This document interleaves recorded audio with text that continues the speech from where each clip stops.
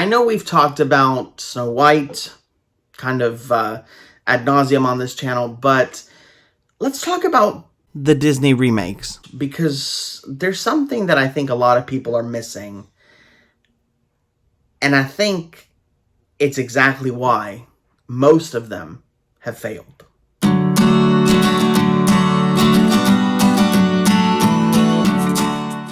Oh, hi, Mark. Hey travelers, welcome back to Roberto's Room. So with this whole movement of the remakes that Disney has decided to embark on, I talked about Tron Legacy a little while ago and the fact that most of us wanted a sequel and how Tron Ares is really a letdown. But if you want to go watch that video, I did a whole video on Tron Ares that you can definitely check out. But I wanted to talk about the remakes because the remakes have been kind of an interesting experiment for Disney. The remake era of Disney that started really back when Tim Burton did Alice in Wonderland really has been, to put it mildly, frustrating, because although Disney would want you to believe that these are the de facto versions of these films, they on record have said that they want these to be the definitive versions that people grow up with, instead of the animated versions that are far superior in most cases. They want these to be the de facto versions of these films that people watch. And as much as they would want that, most of the remakes have suffered greatly. And they've suffered for one reason that a lot of people I haven't seen talk about, so I wanted to bring that perspective to this video and use this video to really get down to why most of the Disney remakes are not really up to par with their originals, or even close. And I wanted to use 3 films as my examples of why they didn't work. 2 of them are on the negative side and 1 is on the positive. I want to talk first about probably the most famous of the Disney remakes, one of the ones that made the most money for Disney, and that is the Lion King remake. Now, this movie is gorgeous. I own the 2019 on 4K, and I think that it is a gorgeous film. I treat it like a National Geographic. Just listen to the great music by Hans Zimmer that, of course, they bring back for the remake. And there is something crucial that both The Lion King and Lilo and Stitch share. It's a remarkable thing that they share, but it is really at the core of why most of these sequels didn't work, and why one sequel, which if you've seen the thumbnail you know, Cinderella, did well, that I want to talk about. If you've seen the 2019 Lion King, I know most of you, probably not all of you, have seen the 1994 Lion King, and if you haven't, what are you doing? Go and check it out, because we are going to spoil all of the movies, the remakes and the originals, in this video. If you've seen The Lion King, you know that the whole movie revolves around Simba's character really having to come to terms with his past. And there is one scene that really, as far as the original animated classic is concerned, wraps that whole message in a nice, neat little bow right before we get into the third act. And that is, of course, the scene with Rafiki, where he confronts Simba after seeing his father up in the clouds. A scene very reminiscent of the burning bush in the Bible. That's actually the iconography they were going for in that scene. And confronts him with the fact that sometimes, yes, the past hurts, and we can't do anything about the past. However, we have to confront it. We have to take it head on and deal with the now as much as we can. And really, that is the scene, more so even than seeing his father and being able to speak with him up in the heavens, if you will, that pushes Simba to go back to Pride Rock and really take his place as the king, which is something that he wanted from the very beginning, from the time he was born. Of course, the song I Just Can't Wait to Be King is going along with that theme, and then of course with everything that happens, the of course wildebeest stampede, Simba leaves that behind because he feels like he has no choice and feels like he is responsible for his father and therefore feels like he just can't go back to his family. Of course, it being a marvelous deception by Scar, who is of course the mastermind behind it all. And it is through this conversation with Rafiki that he discovers that, yes, I can't change the past. There's no point in changing the past. And yes, there is hurt in the past. However, we have to move forward. We have to confront what is in the now. This scene, this very pivotal, the heart of the film, Jon Favreau decided to leave out because the monkey can't have the stick. And that is the entire crux as to why this scene is not there.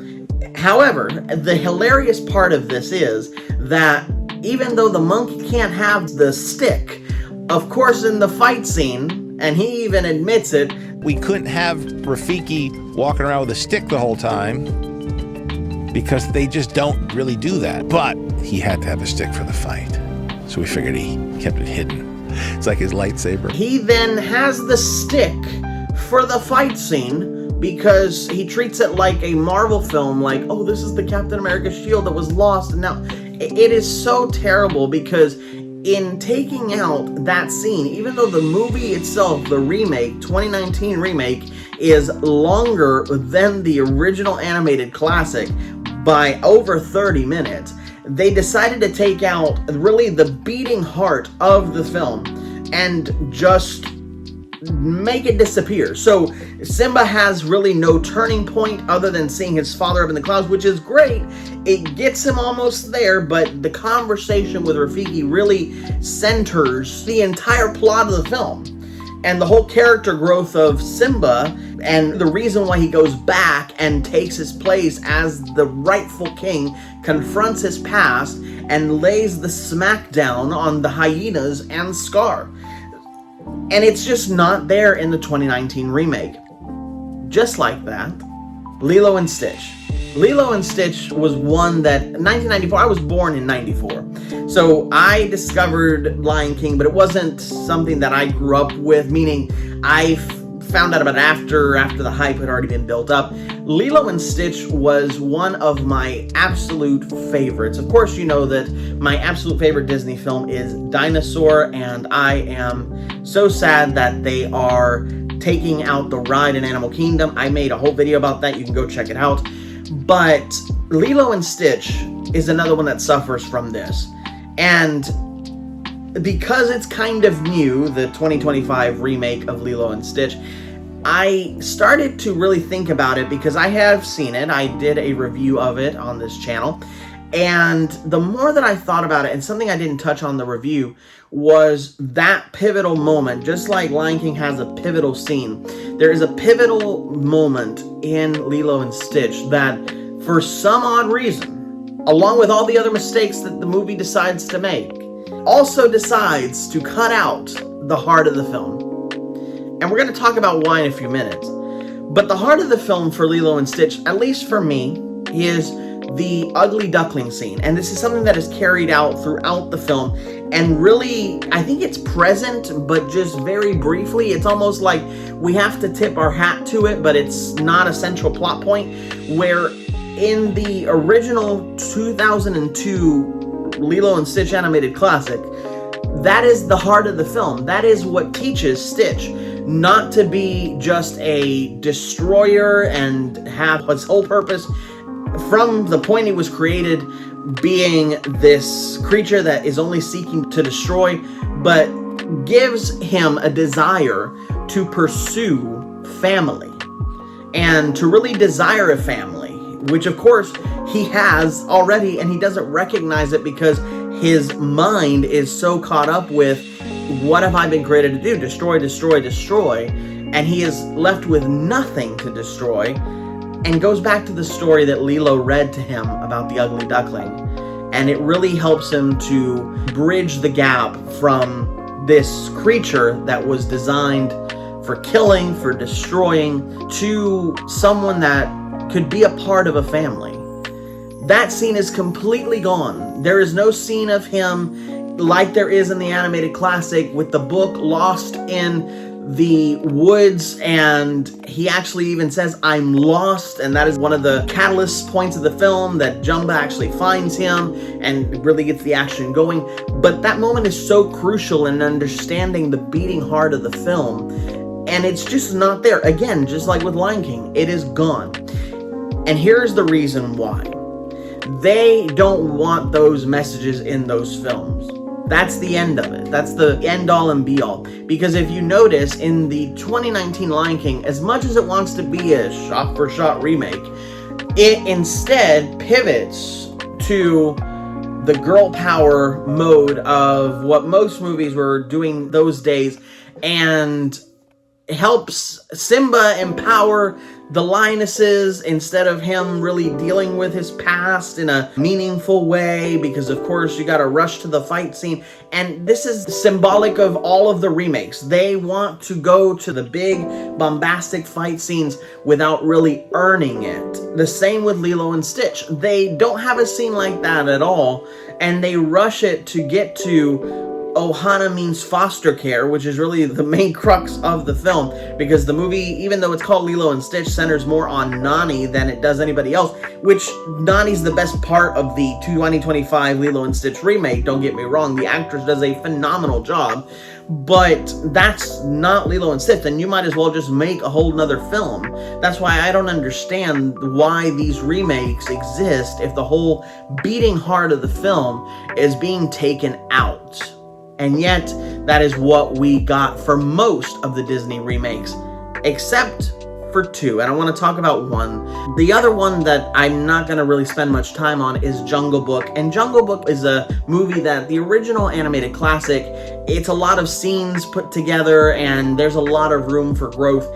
But one film really doesn't just do the animated film that it's based on justice, but actually manages to elevate the messaging of the original in such a beautifully organic way that I'm surprised that all of the other remakes that came before it, I don't know if it's because of lack of talent, just decided to ignore. And that is, of course, the 2015 Kenneth Branagh directed Cinderella, starring Lily James.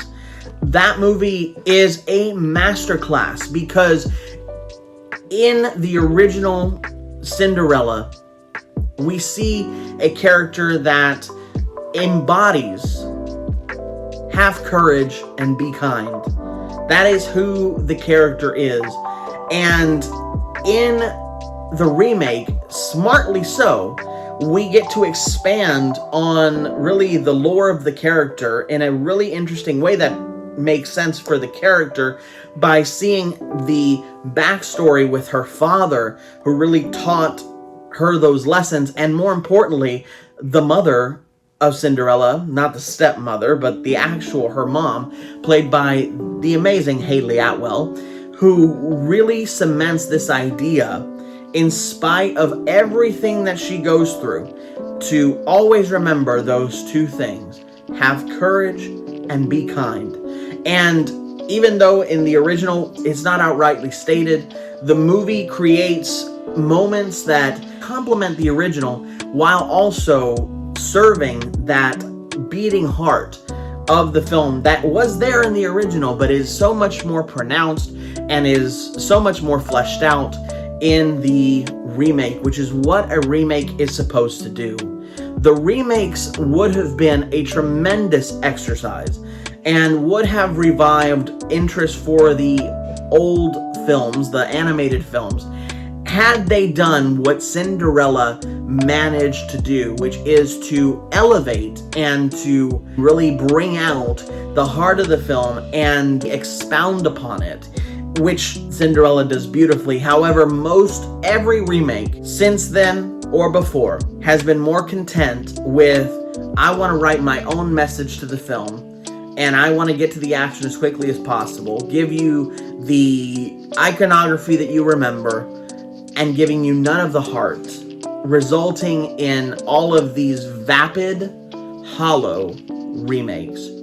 Just a quick side note, I wanted to mention too how the live-action Cinderella actually connects to the Beauty and the Beast movie, whether the original and the remake is concerned, because if you notice in Cinderella, the fairy godmother presents herself as an ugly, haggardly woman, which is very similar to how she presented herself in Beauty and the Beast. I'm not saying they're the same, but the argument could be made, so that's something else that the Cinderella film actually does well and helps, honestly, to improve the already amazing Beauty and the Beast and its not so amazing remake. Had Disney actually done what Kenneth Branagh successfully did with 2015 Cinderella, we would be looking at a very different Walt Disney Company, because it would have gone to astronomical heights with these films, and it would have captured a whole new audience, which is what they wanted to do in the first place. Instead, what we are left with are hollow imitations of vastly superior films that came before it, and cement the fact that, yes, the originals will always be much, much better. Except for maybe one, and that's Cinderella. Let me know what you thought about this in the comments down below. I would love to talk to you more about this. Again, I feel like Disney really shot themselves in the foot and got filmmakers, for the most part, that didn't really care about the originals, and I think that goes to show with the products that they put out, with the exception of the incredible Kenneth Branagh, that brought such a beating heart to the 2015 Cinderella that it was unmatched by any other of the Disney remakes.